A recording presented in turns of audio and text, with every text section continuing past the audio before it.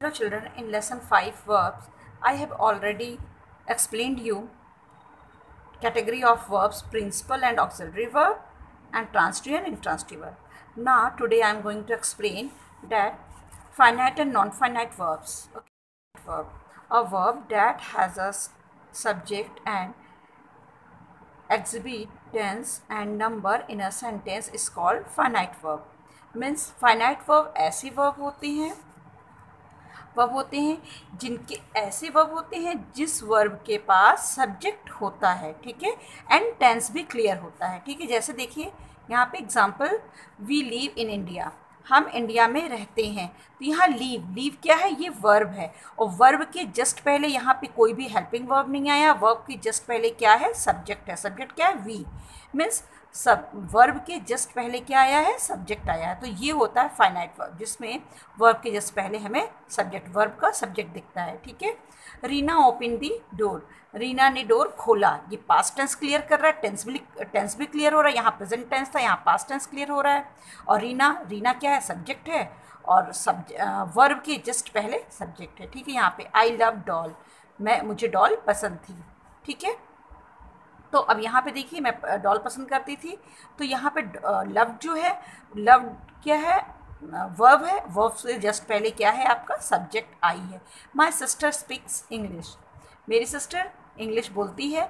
Speaks क्या है, आपका वर्ब है और ये क्या है, सब्जेक्ट है, ठीक है। तो वर्ब के जस्ट पहले क्या है, सब्जेक्ट है, बीच में कोई भी हेल्पिंग वर्ब नहीं है। इसका मतलब ये कौन सा, फाइनाइट वर्ब है। अब हम आते हैं नंबर 2 पे, नॉन फाइनाइट वर्ब, ठीक है। नॉन फाइनाइट वर्ब में आ जाते हैं, a verb that neither has a subject nor exhibit tense and number in a sentence is called a non-finite verb, ठीक है। मीन्स ऐसे वर्ब जिनके पास ना तो सब्जेक्ट होता है ना ही कोई टेंस होता है, उसे हम नॉन फाइनाइट वर्ब कहते हैं। अब जरा देखते हैं कैसे। Mother was watching television. अब आप कहोगे मैम यहाँ पे तो सब्जेक्ट है, ठीक है, यहाँ सब्जेक्ट है बेटा, बट वर्ब यहाँ है। वर्ब के जस्ट पहले क्या है, यहाँ पे हेल्पिंग वर्ब है। क्या है, हेल्पिंग वर्ब है, HW हेल्पिंग वर्ब है। मतलब वर्ब के जस्ट पहले हेल्पिंग वर्ब है। तो वर्ब के जस्ट पहले यदि मदर होता तब तो ये होता फाइनाइट वर्ब, लेकिन वर्ब के जस्ट पहले क्या है, हेल्पिंग वर्ब है, उसके बाद वर्ब है, उसके बाद सब्जेक्ट है। मतलब ये वर्ब का सब्जेक्ट नहीं है, ठीक है। इस वर्ब के लिए यहाँ हेल्पिंग वर्ब पहले बीच में लगा हुआ है, इसका मतलब। और इसके बाद अगर हम केवल वॉचिंग को लेके चलते हैं, अगर केवल वॉचिंग को करते हैं तो वॉचिंग हमें कोई भी टेंस क्लियर नहीं करता है जब तक इसमें हेल्पिंग वर्ब नहीं लगाएंगे। जैसे वॉज लगाएंगे, मदर वॉज वॉचिंग टेलीविज़न, इसका मतलब ये होगा कि माँ टेलीविज़न टीवी देख रही थी, ठीक है। और अगर यहाँ पे इज़ लगा देते हैं तो देख रही है, ठीक है। मतलब वॉचिंग से कोई भी टेंस क्लियर नहीं होता, बल्कि हेल्पिंग वर्ब से यहाँ पे टेंस क्लियर हो रहा है। इसका मतलब कि इस वर्ब से टेंस क्लियर नहीं होता है और इसका कोई सब्जेक्ट यहाँ पर नहीं है, ठीक है।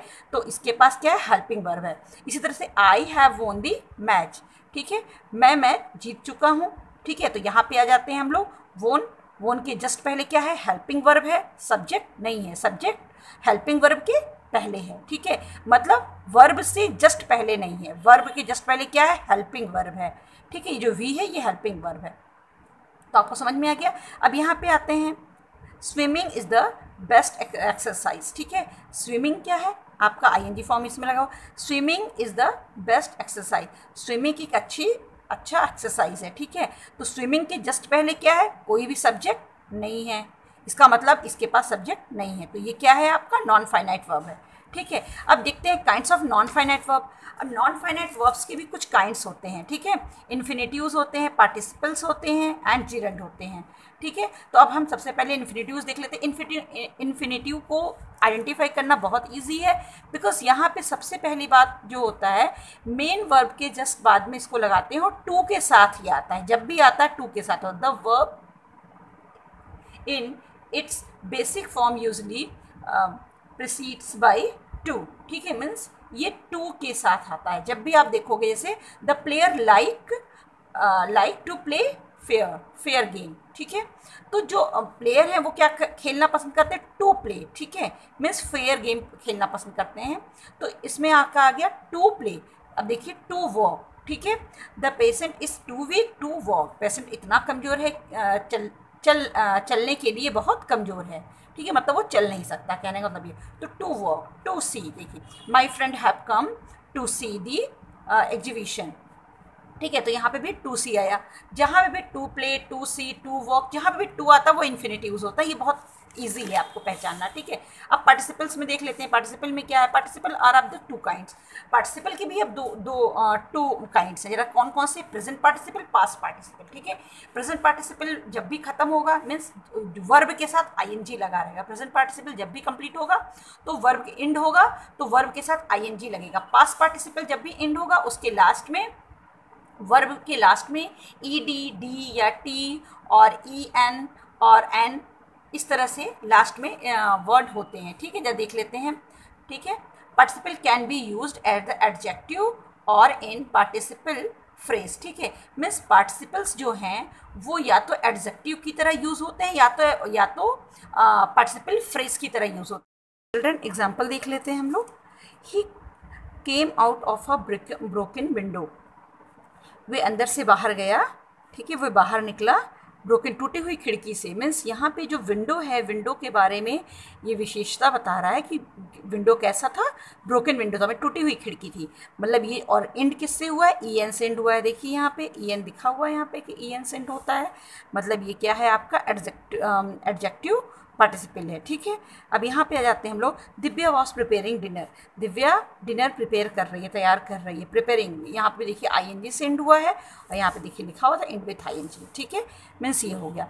Waiting outside in rain I felt very annoyed, waiting outside in rain means बारिश में बाहर खड़े होकर वेट करना, ठीक है। ये क्या है, मुझे बहुत गुस्सा देता है, मैं बहुत गुस्सा हुआ, मीन्स नाराज़ हुआ, ठीक है।